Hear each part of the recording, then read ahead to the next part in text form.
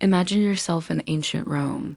The year is 81. Emperor Titus has been dead 2 years. His successor, Domitian, tightens his grip on the empire. Rome is a city of nearly 1 million people, slaves and citizens alike. The heart of the city is still recovering from the eruption of Mount Vesuvius, which buried the nearby city of Pompeii in ash and pumice. Rome itself is a patchwork of old and new, of the familiar and the shocking. Here in the Subura neighborhood, a working-class district near the Forum, a midwife named Amara walks her small dog while making deliveries. Her day begins before sunrise. She wakes her daughter Julia, and together they tend to her flock of sheep and goats. At midday, she'll take them to market, exchange them for fresh fruit and vegetables, and butcher one for a special delivery. The goat won't go to the market. It's destined for a senator's wife expecting a child. Amara prepares the goat, drives it to the villa, then returns home. When the first customer arrives, Julia helps prepare the herbs and wash the birthing cloths. Soon, the first cries of a newborn fill the house. As the mother rests, Amara tends to the babe, swaddles it, feeds it. Hours pass. 2 more women arrive, each giving birth to sons. By the time the sun sets, 3 babies have been born, 2 girls and a boy. As the family sleeps, Amara writes down the day's events in her journal. She records births, deaths, names, prices, contracts, gossip. The midwife's work is dangerous. Few professions are more vital, but also more unpredictable. For every healthy birth, there is the possibility of death for herself or one of her clients. But Rome needs midwives. The population is growing fast, and the empire's army is always marching somewhere. Even in the worst winters, the city is full of life. The second floor of a building in the Subura neighborhood belongs to the Lorarium workshops. A sign over the door reads, "Beware falling plaster." Inside, workers shape broken marble into mosaic pieces. Each piece is smaller than a fingernail, and each one must fit perfectly into a design drawn on the floor. Outside, the sounds of the street rise above the hammers and chisels. The smell of stale urine mingles with the scent of olive oil used to lubricate the tools. The lead craftsman, Lucius, leans back on his heels, admiring the work. His team is creating a portrait of the Emperor Domitian. They've been commissioned by a wealthy merchant to install it in his house. It's a prestigious assignment, but the pay is poor. Most of the mosaics are former slaves. They work in teams of 5 or 6. One draws the image. Another mixes the colored pieces of marble. The others hammer and chisel, placing each piece. When they finish, Lucius signs the work. He knows this won't keep them alive. The wealthy patron could have them put to death just for amusement. It's a dangerous profession, but someone must keep the great city beautiful. Down a narrow street, men and women hurry to empty their chamber pots. Urine and human waste mix with rain and garbage, creating a thick, pungent soup that covers the streets. The urine is used for cleaning, so no one minds the splashing. Empty pots are worth money, so children carry them around all day, waiting for someone to pay them to haul their waste away. These children are known as MP Latin for little boys. They travel everywhere, but especially to taverns, where wine loosens the bowels of the patrons. Some of the MP have been abandoned by their parents. Others were sold by them to earn money. Most are too young to have a trade, so they turn to what's available. In the evenings, they gather around the public bathroom, waiting for customers. Their workday never ends. In a courtyard in the center of Rome, 2 men stand on a raised platform. They are gladiators. They wait for the crowd to quiet, then charge into the center of the arena. The roar of the audience is deafening. They fight with swords and shields. One man falls, the other stands victorious. This gladiator, Titus, has won 14 fights. He's a slave who escaped from northern Africa. He learned to fight when he was young, and soon he was a star attraction at Rome's most famous amphitheater. He fights 3 times a week, but trains every day. His master, Lentulus, watches him closely. Lentulus is grooming Titus for bigger things. He wants his fighter to conquer the notorious Retiarius, the Netman. Next week, they're bringing a Netman from Greece to fight Titus. Lentulus believes his gladiator can win, but he's counting on something else too. If Titus wins the match, Lentulus will free him. And in the vast Colosseum, anything seems possible. The Emperor Hadrian loved many things: military campaigns, debauchery, collecting provincial governorships like rare marbles. But nothing set his heart aflame quite like building. Unlike his adoptive father, Trajan, Hadrian was not a soldier. Hidden beneath the marble and mortar, deep in the cool earth, is a secret older than the Roman Empire, older even than Hadrian. And it watches, patient and timeless. You sense their hopes and dreams, their struggles and triumphs. You begin to understand that beneath the grandeur of the Roman Empire, beneath the bustling baths, there existed a society deeply rooted in the earth, living in harmony with the rhythms of the natural world. It's a humbling experience to realize that these ancient people lived, loved, and died here, that their spirits still linger in these subterranean chambers. You're not just exploring a ruin, you're engaging with history on a profound level. You're connecting with the very essence of humanity. And as you ascend from the darkness back into the light, you carry with you the wisdom of the earth. You remember the resilience of the human spirit, the enduring power of nature, the interconnectedness of all life. The experience leaves an indelible mark, a quiet understanding that echoes in your soul. The earth whispers its secrets to those who listen, and you, the listener, are forever changed. For centuries, the ground trembled in Bath, first with the footsteps of Celts, then with the rumble of chariots. And when the Romans came, they brought their drills and their hammers. The foundations of Hadrian's baths were laid around 117 CE atop a hill overlooking the town. But as construction rose, so did a dark awareness. There was something below street level, something compelling, something that whispered stories from a time beyond memory. The Romans dug deeper, uncovering vast networks of tunnels and chambers crafted in the bedrock. These subterranean passages were filled with strange objects, unfired clay tablets, tools made from deer antlers, evidence of a life lived close to the earth. With each passing year, the discovery stirred the imagination of Romans and later visitors. The stories spread like wildfire, capturing the awe and confusion of finding such primitive relics beneath the gleaming marble of the baths. But no one knew what these tunnels meant, who had built them, why. Over the centuries, rumors flourished. Some said the tunnels were the work of giants. Others claimed they were a labyrinth used to hide venomous snakes. But truth is stranger than fiction.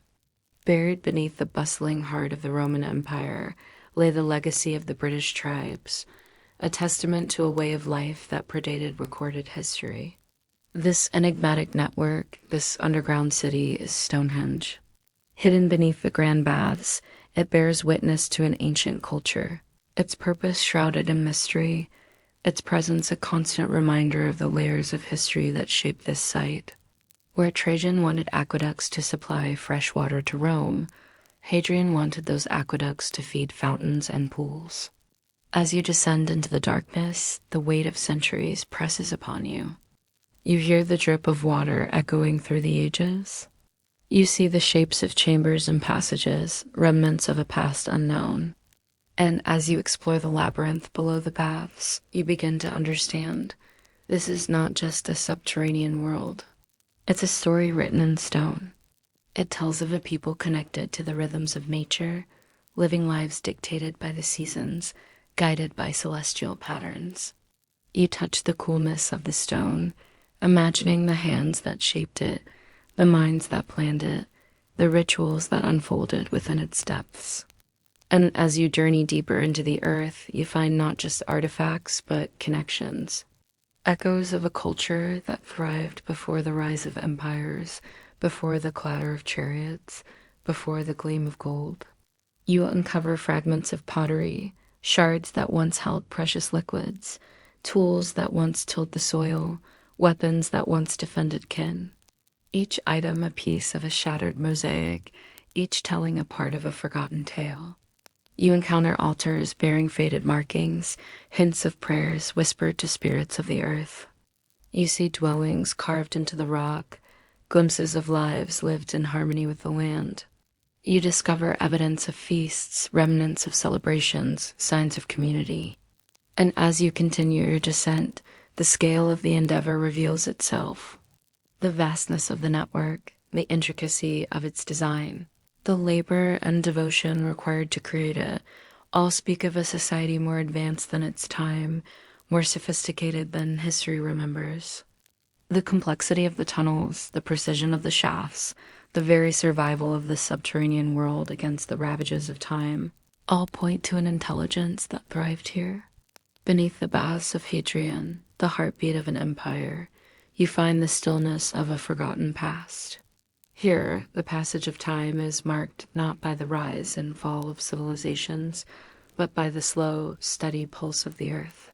You're surrounded by the whispers of generations, their hopes and fears, their rituals and routines, all preserved in the cool embrace of the earth. The silence is not empty. It's pregnant with stories waiting to be discovered. It's filled with the echoes of lives lived, the memories imprinted on stone.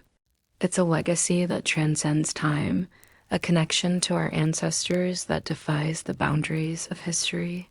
While Trajan reveled in pushing the empire's borders, Hadrian drew circles around the provinces he already owned, organizing, improving, standardizing, fencing off parts of Egypt to make a private hunting preserve.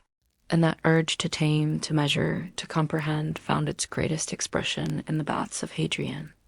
Measuring about 320 feet on each side, these baths were a masterpiece of organization. At the center sat the frigidarium, or cold bath, its floor tiled with black and white marble, the air filled with the sound of splashing water from the fountain in the center. Surrounding this main hall were cubicles lined with marble slabs, each with a basin carved into it, perfect for washing and scraping.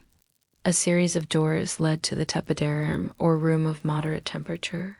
Here the visitors would have sweated, talked and socialized, and perhaps read poetry under the attentive gaze of attendants. Beyond that, the caldarium, or hot baths, with its vaulted ceiling decorated with bright frescoes.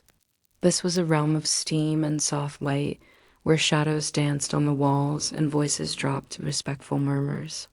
The baths were laid out with geometric precision, each room separated from the other by colonnades, by fountains, by statues. Even the light had its own order, with windows placed carefully to avoid drafts or excessive glare. Visiting the baths was a ritual.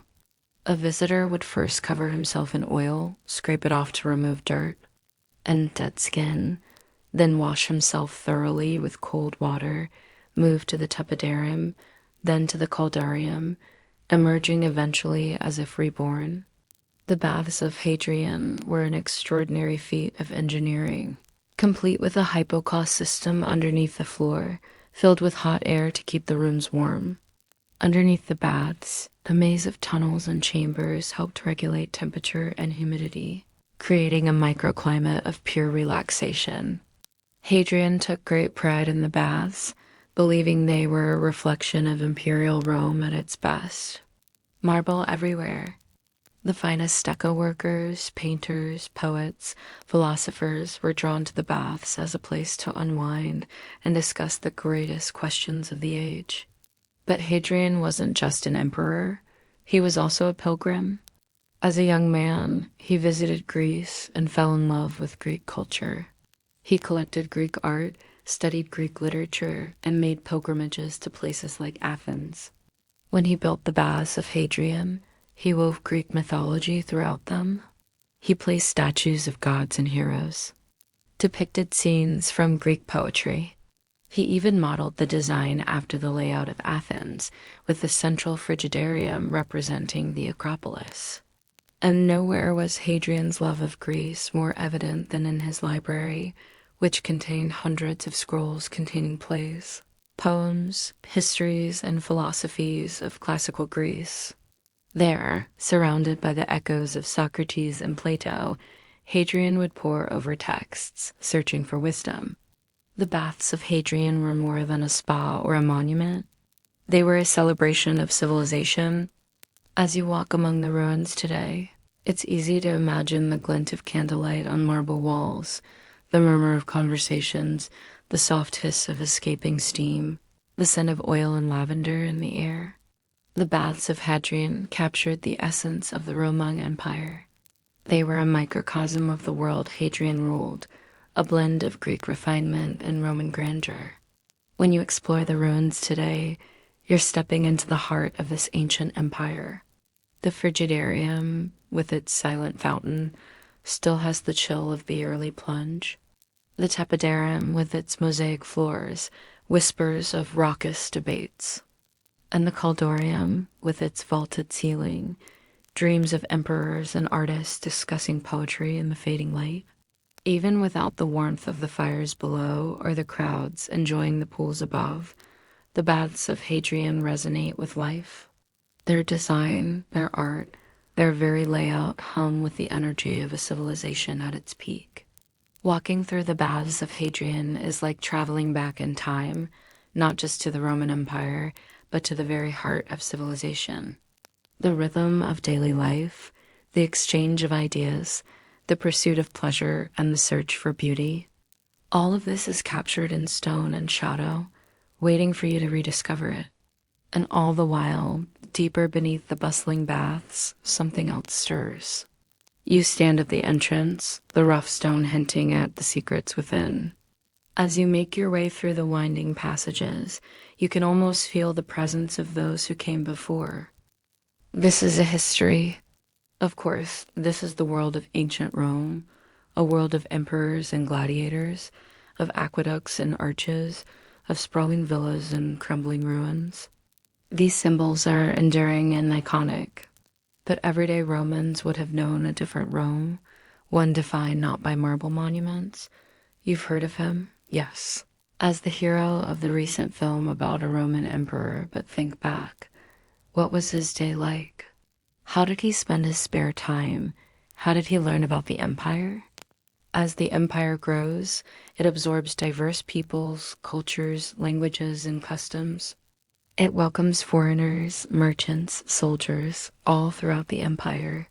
You're a merchant, a farmer, a craftsman, an artist, a freedman, a priestess, a poet, a gladiator. You've lived through the fall of the Western Empire. You're changing, you're adapting, you're surviving. Everywhere, Roman officials struggle to apply imperial law and collect taxes. Now, I'm in charge of the empire's finances. There's a lot of money involved, but also a lot of risk. Taxes flow into the imperial treasury, but rebellions, natural disasters, wars, invasions, they all cost money too. To manage these threats, I appoint governors to each province. Most are former senators, men of wealth and education, eager to please me, to climb the career ladder, to show me their loyalty. But others are career administrators, men who spend their whole lives working for the state. The job is difficult. Many governors are far from their homes, cut off from news and counsel. Some provinces are rich, but others, well, they're poor and troublesome. They need competent management. My governors help collect taxes, maintain order, recruit troops and soldiers. When a province falls into chaos, they put down rebellions. And if someone in the province needs my attention, they write me a letter and I'll decide whether to intervene. The safety of the entire empire depends on my decisions. And that's why I turn to my team of experts, my advisors. They travel the provinces, reporting back to me on conditions, advising me on policy. Sometimes they're loyal servants, sometimes they advance their own interests. But no matter the motivation, they paint a picture of the empire, its strengths, its weaknesses, its hopes, its fears. With their reports, I rule. From Rome, Imagine being in charge of the empire's roads. Roads connect us all, merchants, travelers, armies.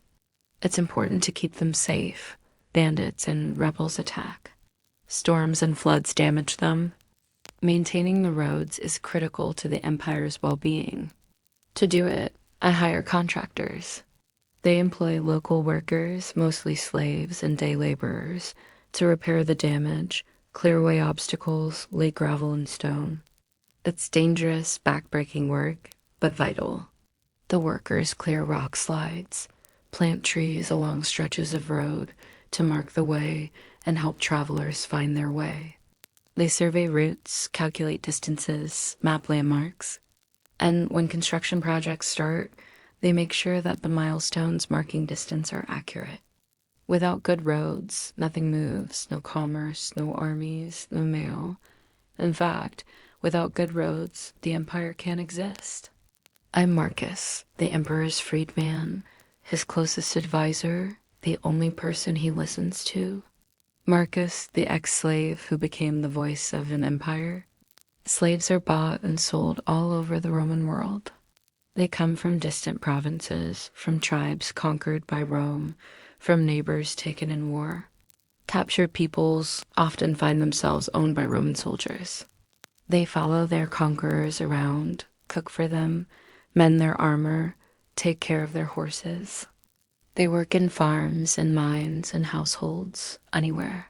Soldiers plunder. War gives owners a chance to acquire unique slaves, athletes from Greece, philosophers from Athens, prostitutes from Asia Minor, and the wealthier a Roman becomes, the more slaves they often buy. Slaves are expensive. It's a big investment, but also a necessity. They work in vineyards, in fields, in shops. Some are highly skilled, like weavers or metal workers. Some are entertainers, musicians, actors, dancers, trainers, prostitutes. Some are personal attendants, like secretaries or barbers. Some are nannies. And many of the very wealthiest have slaves who work as bodyguards. Everyone uses slaves, but not everyone can afford them. Marcus, the former slave, worked in a brothel. Prostitution was regulated by the state. The brothel owner had to pay taxes on her slaves. That's me. I sit in my small apartment in the city. It's noisy outside, but inside it's dark. My mother sleeps in the next room. She's a masseuse. She works in the public baths. It's tiring, but she enjoys it. The customers aren't as crude as the soldiers, and she makes decent money. Me, I dream of becoming a senator. That's why I'm studying with this teacher. I'm paying him by bringing him food and wine. One day, I too will earn money, and I'll buy fine clothes, decorate my house, and have beautiful mosaics. I'll throw parties and entertain fellow senators. And though I'm poor now, I don't hate Rome. I love her temples, her statues, her fountains. I love walking barefoot on the Via Sacra. And though my life is harsh, I'm grateful for opportunities. I walk the streets barefoot. It's hard to find shoes that fit. Sometimes I go hungry. Finding food to eat is not easy. And my mother worries constantly. I hear her talking to the shadows, trying to appease the spirits. I wish I could help her, but I'm just a kid. But there's hope. I'll study hard, become a Roman senator, and then I'll help her. He was born in 39 AD, so his entire life would have been within the Roman Empire. His father, a former slave, may have voted, but could not hold public office. So he grew up watching elections, listening to candidates campaign, knowing that unlike Greece, only some voices mattered. He married young, probably arranged. His wife is older, more experienced. Their first child was a girl, then twins, a boy and a girl. All three will live into adulthood. And though times are hard, Titus provides. He's a merchant, importer of African grain, which feeds Rome. He travels regularly, taking advantage of the Pax Romana, the empire's stability, traveling along roads built by Rome, staying in inns that cater to merchants. When he gets sick, He knows that the public health clinics are crowded, but they're free, and that's what matters. If he saves on medical fees, he can invest in new grain shipments. He has no slaves, but he hires day laborers. He trusts them, but he also watches them. His family depends on his success. He sees how quickly fortunes can change. And he doesn't dare waste money on frippery. Meals are simple. The boys attend a neighborhood school, reading, writing, and arithmetic. For them, the teachers stress discipline and Roman virtue. Girls stay home learning needlework, cooking, and how to manage a household. All three children know Latin, the language of power. They speak it with a Roman accent. They also speak Greek because trade brings Greeks and Greek is useful. But while the center of the city is cramped, he has a country house, modest, 2 rooms, a courtyard, and an olive grove, but enough. At night, he sits with friends, discussing politics, laughing, drinking wine. They talk about the fire in Greece, about brigands on the road, about how expensive everything's become. Titus nods sagely. He's seen the changes over his lifetime. But still, he's hopeful. He thinks about his son, his future. If the business does well, maybe he'll become a Roman knight, a loyal soldier in the ranks of Rome. And in the winter, when the cold wind whips across the forum, Titus thinks about summer when the sun warms his back. When the olives ripen and when he travels north to Gaul, he'll buy nice clothes and wear sandals instead of boots. Life is hard, but in the empire, you can get by. But by brick houses, by narrow streets, echoing with hawkers and carts, by fountains spraying communal drinking water, by taverns crowded with tired laborers. To understand this Rome, we need to see past the tourist sites. We need to look at the city through different eyes, the eyes of its ordinary citizens. But this isn't their story. This is everyone else's story. Most people today associate ancient Rome with grandeur, the Colosseum, Caesar's conquest, the Pantheon. Meet Titus. We met Titus as a child, a young boy playing marbles with other kids in the crowded streets of Rome. Rome is huge, too big to patrol, too large to govern directly. You're a Roman citizen, a member of the 2nd or 3rd century. You work for the emperor. On the Palatine Hill in Rome, where legend says Romulus slew his twin brother Remus after the two had founded the city together, sits this building, the House of Romulus, or so we think it might have been. It's hard to know because when archaeologists excavated the site in the 1930s, they didn't find any record saying, hey, Romulus totally lived here, we swear, but they found enough hints to spark the imagination. Early in the morning, before the sun grew high, freedmen and slaves would stir, lighting lamps, opening windows, sweeping floors, and preparing meals. The Romans didn't spend much time indoors unless they had to. That's why the peristyle garden was such an essential part of any wealthy Roman house. Tables were piled with food, goblets overflowed with wine, musicians tuned their instruments, and dancers stretched out their limbs. The music would grow louder, the wine would flow freely, and conversation would turn conspiratorial. Breakfast wasn't a big affair, but it was important to start the day right. Freedmen bustled about the kitchen, preparing porridge, eggs, and fruit for their master. While sipping his breakfast, Romulus would review the day's schedule, making sure he was prepared for whatever challenges awaited him.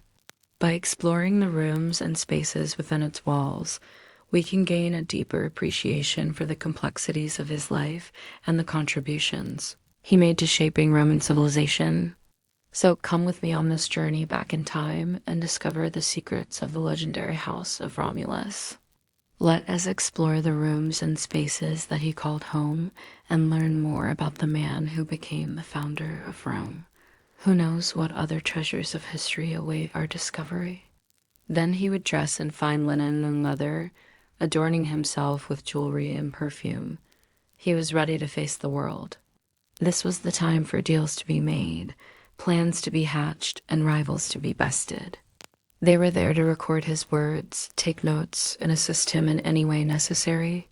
Stepping through the doorway meant entering a world of privilege and power, a microcosm of Roman society where grand ambitions and intimate moments intertwined. Walking in the footsteps of Romulus himself, we gain insight into the life of a legendary leader. From his humble beginnings as an abandoned infant to his rise as the founder of Rome, Romulus's story captivates us. Exploring his house allows us to peek into the domestic sphere of one of history's most enigmatic figures. How did he balance the demands of his personal life with his public duties as the first king of Rome? What kind of man was Romulus? What made him tick? And how did his unique personality shape the destiny of Rome? By examining the architecture and artifacts of his home, we can gain a deeper understanding of Romulus's character and the impact he had on shaping Roman civilization. We can also learn more about ancient Roman culture, customs, and values by exploring how the design and layout of the house reflected Roman ideals and beliefs. The symmetry and orderliness of Roman architecture, for example, mirrored the Romans' emphasis on discipline and control. Similarly, the centrality of the atrium in Roman homes symbolized the importance of family and community in Roman society. Throughout the day, the freedmen and slaves waited in the wings, ready to respond to any request. They were essential to Romulus's success, ensuring that he was always prepared and never caught without what he needed. Under the cover of darkness, Romulus would meet with his closest advisors, plotting his next move. The secrets of the state were discussed in hushed tones as the revelers danced nearby, oblivious to the weighty matters being decided in their midst. But as dawn approached, the party would come to an end. The guests would depart, the music would fade, and the house would fall silent. Romulus would retire to his bedroom, exhausted but satisfied. He had done his duty as host, statesman, and leader. But as the sun rose over Rome, he knew that it was time to do it all over again. Partygoers strolled between tables, discussing poetry, philosophy, and politics. Guests would be seated on couches or reclined on luxurious beds. A slave would fan them as they enjoyed the entertainment and feasted. The centerpiece of the party was likely a golden chariot from the Dioscuri, Castor, and Pollux, a reminder of Rome's divine origins and Romulus's connection to them. In fact, Romulus claimed descent from the Dioscuri, tracing his ancestry back to the gods. For a Roman aristocrat, claiming divine ancestry was essential to bolstering one's credentials, and Romulus certainly had plenty of credentials. During his political career, he built temples, roads, and aqueducts. He established colonies, defeated enemies, and made treaties. He was the embodiment of the Roman ideal, the perfect citizen, soldier, statesman, and host. His parties were legendary, drawing the best and brightest from around the empire. Senators, generals, poets, and philosophers gathered in his house to celebrate, carouse, and plan the future of Rome. It was a colonnaded walkway surrounding a carefully manicured garden, usually full of flowering shrubs and trees. Fountains and statues dotted the space, offering shade, respite, and beauty. After a long day in the city, it was the perfect place to relax. And relax he would. But this house wasn't just a place for leisure. It was also the center of political power. Every day, Romulus would welcome delegations, ambassadors, and petitioners to his house to discuss business both civic and personal. The salutation was an essential part of any Roman politician's day, a chance to cultivate allies, manage clients, and dispense patronage. Slaves would serve up wine and appetizers to the guests as Romulus listened intently to pleas and proposals. Often, the guests would be invited to dine with Romulus. And as the evening wore on, deals would be struck, alliances formed, and Rome's future decided. Soon, the atrium would be filled with the smells of baking bread, burning incense, fresh flowers, and animal sacrifices. The atrium was the center of every Roman house, and this one was no exception. It was a place for receiving guests, conducting business, eating meals, and relaxing. Surrounding the atrium were living quarters for the family, including Romulus's bedroom, decorated with frescoes recounting the deeds of Romulus and Remus, and a small study lined with scrolls and quills. A few doors down was the dining room, or triclinium. This is where feasts were held, receptions given, couches reclined, and wine flowed freely.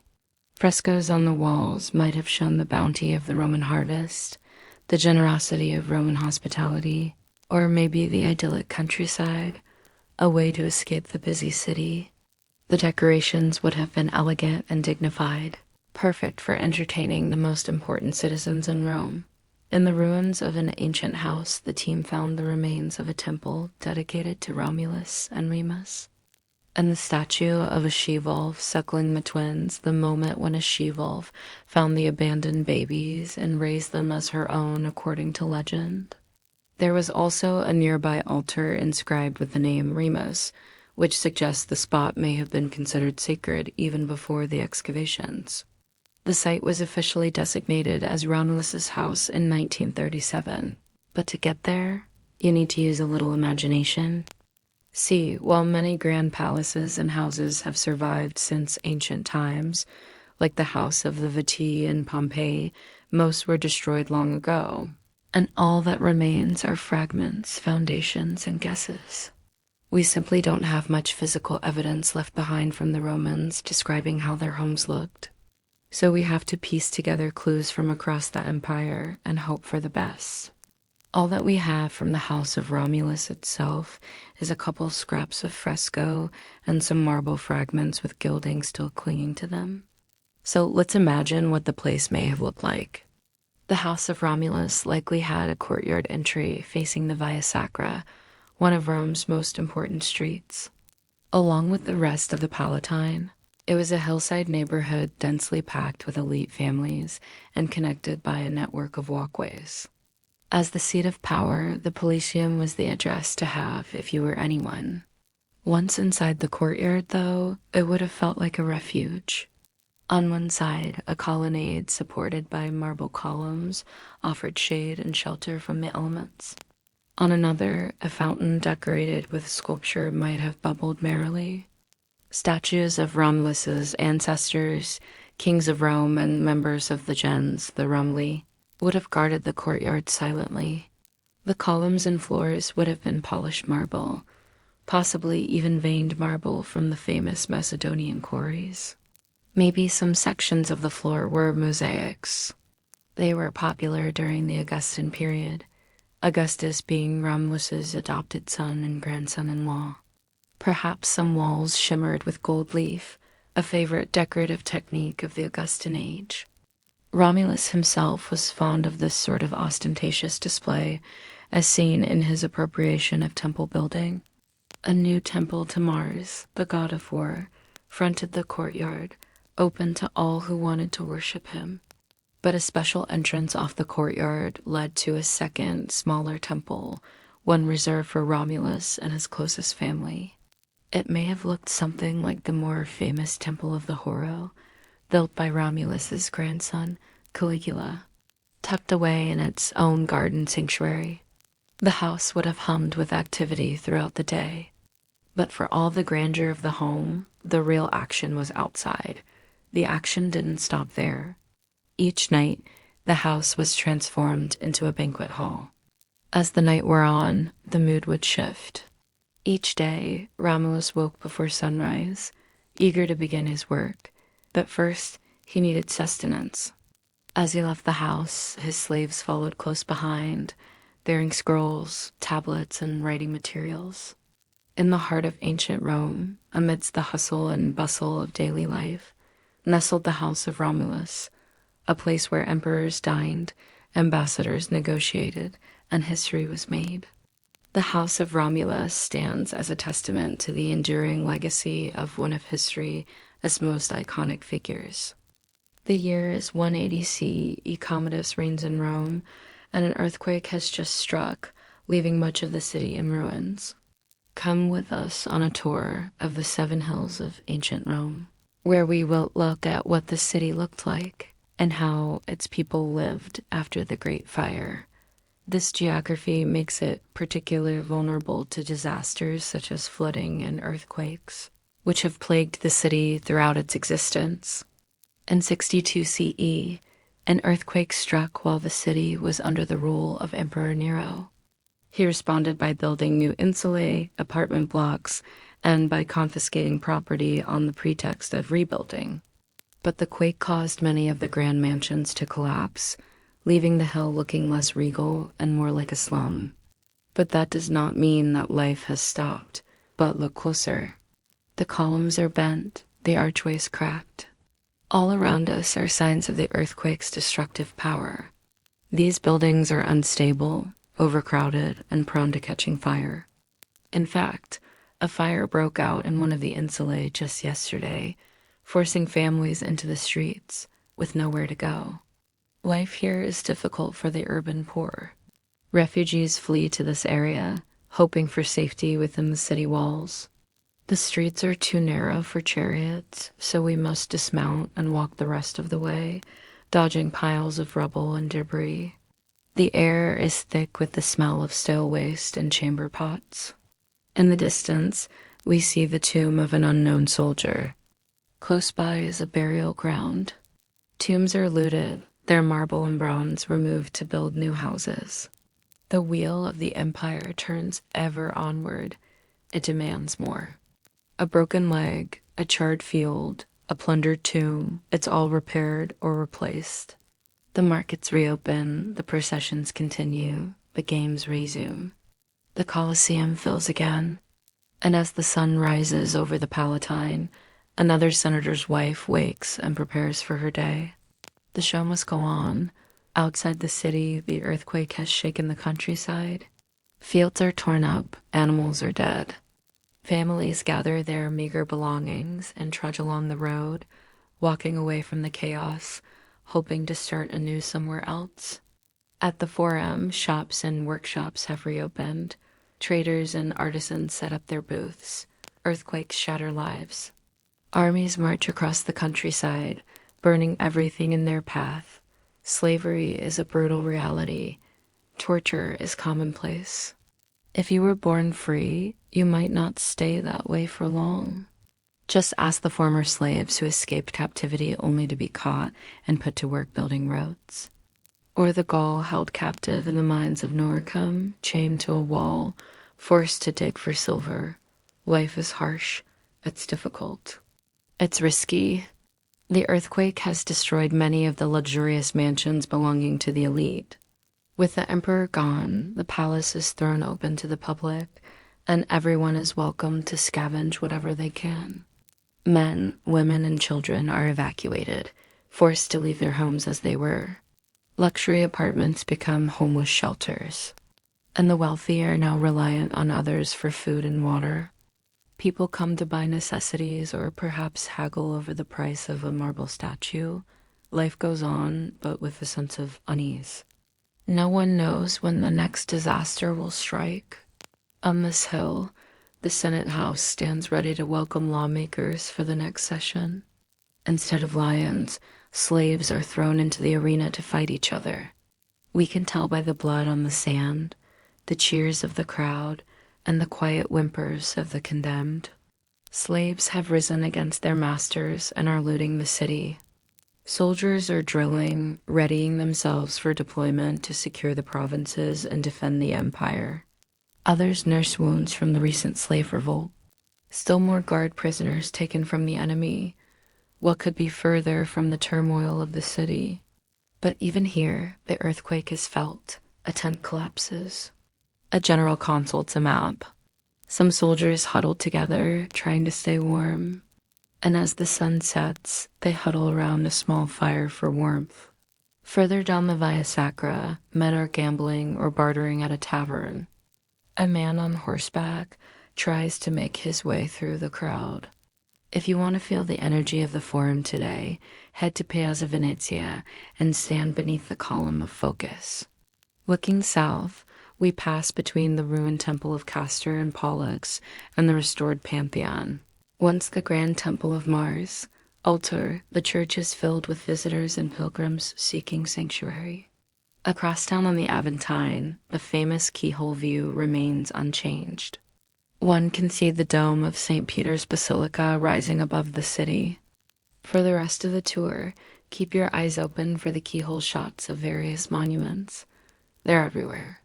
Nearby, the Circus of Gaius and Nero looks much as it did before the earthquake. Chariots race and crowds cheer. Just off the Palatine, an enterprising widow opens her shop to the public. Her business is the manufacture of small earthenware pots, and the scene shows the resourcefulness of Romans after the disaster. When an earthquake hit again in 79 CE, the damage was done to outlying towns, including the prosperous city of Pompeii. Rome lies at the heart of Italy, clinging to the Tiber River and built upon 7 hills. In the 2nd century CE, Rome enjoyed a period of stability and economic prosperity under the rule of Antoninus, Pius, and Hadrian. Though Rome had largely recovered from the fire of 191, it was now threatened by climate change. Summer temperatures became unbearable, leading to droughts and crop failure in the provinces. Disease spread through the countryside. The Antonine Plague arrived in Rome around 165, bringing death and misery to millions of citizens. And though this plague abated by 180, another wave of disease was soon to arrive. But let us begin our tour at the foot of Capitoline Hill, the original home of Rome according to legend. Now dominated by the massive Capitoline museums, housing some of the greatest treasures of classical antiquity, the hill is also the site of several important government buildings. Here, a busy square bustles with traffic. Merchants hawk their wares. The Forum begins close by, and this road leads directly to the Colosseum, the massive amphitheater begun by Vespasian and completed by Titus. Having made the climb, we find ourselves in the Piazza del Campidoglio, flanked by 2 temples dedicated to the god Jupiter Optimus Maximus and the deified Romulus. We can see back toward the Forum below and across the valley to the Palatine and Aventine hills. The view is breathtaking. If you want to get a similar view today, head to the Spanish Steps and take in the view facing north. Before the earthquake, Palatine Hill boasted grand palaces belonging to the emperors, as well as wealthy senators and landowners. As we walk through the Forum, the center of Roman civic life, we notice that many of the public buildings and monuments seem unscathed by the disaster. It's not only nature that threatens Rome. At the base of the Capitoline, we hear rumors of a rebellion. The Esquiline Hill is known for its slums, a labyrinth of insulae crowded with the poor. On the nearby Viminal Hill, the problem is different. No hill was more devastated than the 4th, where the Emperor Commodus lived in a palace that was nearly leveled by the earthquake. While the wealthier citizens moved to safer parts of the city, the Subura, a neighborhood on the slopes of the Coelian, sees a population boom. We round a corner and come upon the Colosseum, but the spectacle of the games cannot lift our spirits. What is life like outside the city? Here in the Appian Way Park, we see a military camp. We walk along the Appian Way, the ancient road that leads away from Rome. Life in the 2nd century CE is dangerous. A slice of bread may contain poison. A handshake could mean ruin. A gladiator could plunge his sword into your chest, and yet somehow the world keeps turning. The grain keeps flowing from Alexandria. The legions keep marching to the Danube. Markets are full of exotic foods. Thanks for watching. Remember to subscribe for more videos. And if you'd like to support the channel, check the links in the description. You are a woman living in the Roman countryside in the 1st century AD. Your world is the Roman Villa Rustica, a working estate in the countryside of Etruria or perhaps Campania. You might be the owner's wife, a freedwoman, or a slave. First, to the work it demands, which is demanding and tiring. A hunk of bread shared between 2, perhaps dipped in vinegar or sprinkled with salt. It's tucked against the wall of a building, sheltered by the eaves, protected from rain and wind. Inside, you place a small fire going, a crumb of bread, a whispered invocation. The road has been swept clean and a fresh layer of gravel laid down for him. You rest for a moment, leaning against a column in the atrium. You're dirty, you're tired, you're hungry, but you're alone.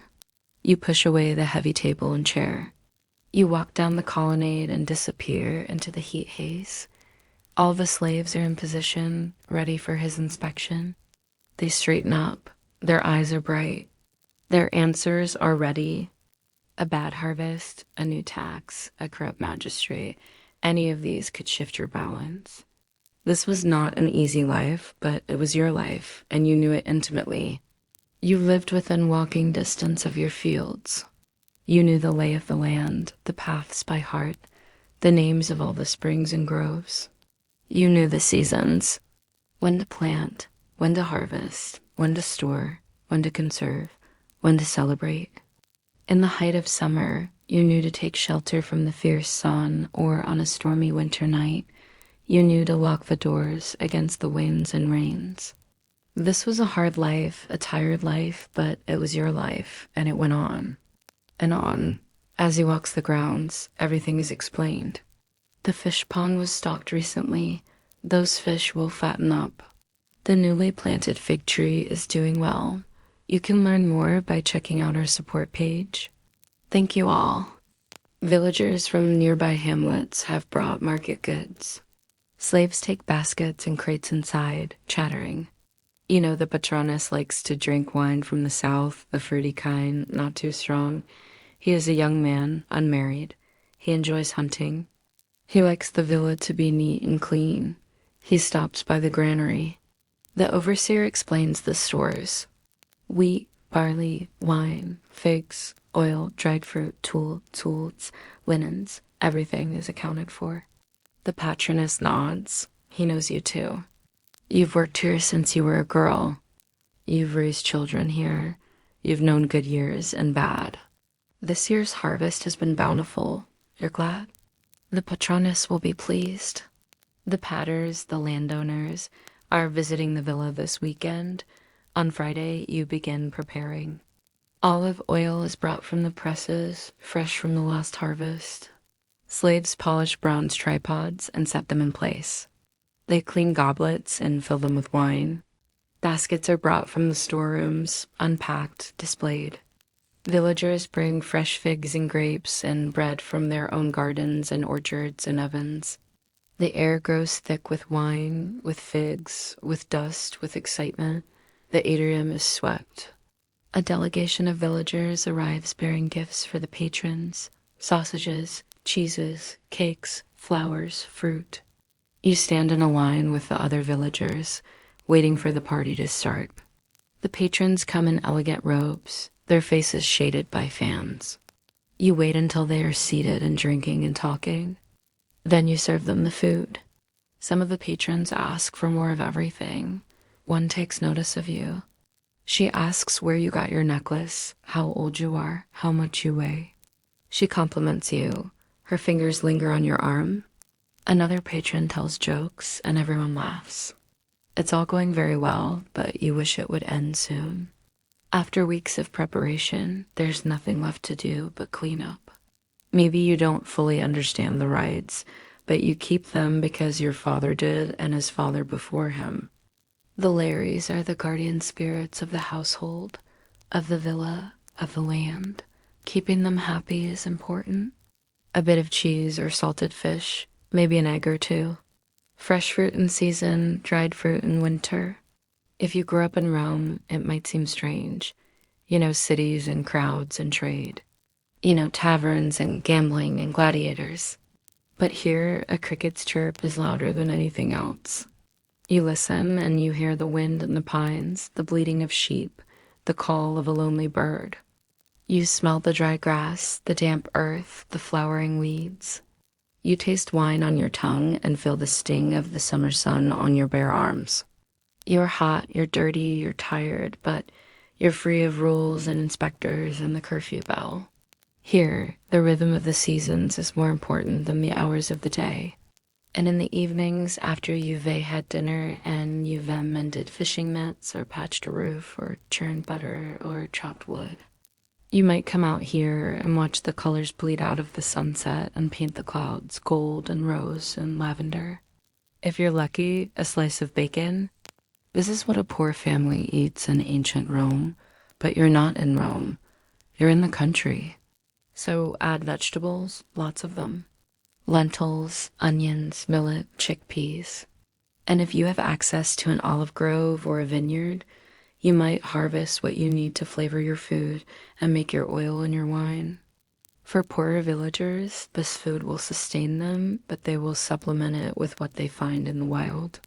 Greens, mushrooms, berries, nuts, herbs, whatever is available. Second, to the taxes Rome levies on your work. Rome is never far. It lives in your tools and your taxes and the language of your overseer. How hard you work is decided by people much further away than the next hill. You might be free, but you're not quite. Wherever you are on that spectrum, your days are long, though you don't watch the clock. Your world is shaped by seasons, not hours. You wake with the sun or before it if you're worried about the heat. Sleep is fitful with mosquitoes in summer and cold drafts in winter. But then the morning is cool and sweet smelling of crushed herbs and damp soil. Today you will work outside, you think, though which task awaits is unclear. Maybe it's weeding the vegetable garden or picking olives or pruning vines. Maybe today you'll spin flax or weave wool. Perhaps there will be laundry or cleaning. Maybe you'll tend the chickens, gather eggs, feed the pigs. Or maybe today you, will walk with the dogs to round up sheep or guard the borders of the property. You are not afraid of work. You know it must be done, but you wish the heat would abate. You unroll your mat and sit up, smoothing dirt and dead leaves back onto the floor. Your room is part of the villa, but separate, tucked away, smaller, quieter. You dress quickly, tucking your hair into a linen fillet, tying on a tunic and apron. Then you head out into the sprawling complex of buildings that makes up the villa, where men already shout instructions, slaves already chatter, and chickens squawk, disputing the day's harvest. It's nearly 450 years since Pliny the Younger wrote, "In the country, my principal business is to see that the crops come in regularly, that the pruning hooks and the sickle do not disappoint expectations." That quote is our window into a world of first-century Roman agriculture. Pliny is writing to a friend about how he spends his time at his country estate, and he mentions the pruning hooks and the scythes because those are key to his income. His farm needs to produce. The quality of his wine depends on when and how he prunes his vines. The yield of grain on his fields will determine how much tax he pays. That tax, by the way, is called a nona. It's collected by Rome. Pliny is trying to reduce it, which is why he writes to his friend asking if he can get a lower rate. As a smallholder or freedman, you're tied to the land in two ways. This is a simple meal. The Temple of the Lares is small, barely more than a shrine. If you were born in the countryside, this is your world. The Patronus is important. You've seen him approach in his chariot. The patrons are gone. The villa is silent again. We don't usually think of the countryside as somewhere full of drama, but life here was full of uncertainty. We'd like to thank all of our supporters for their support.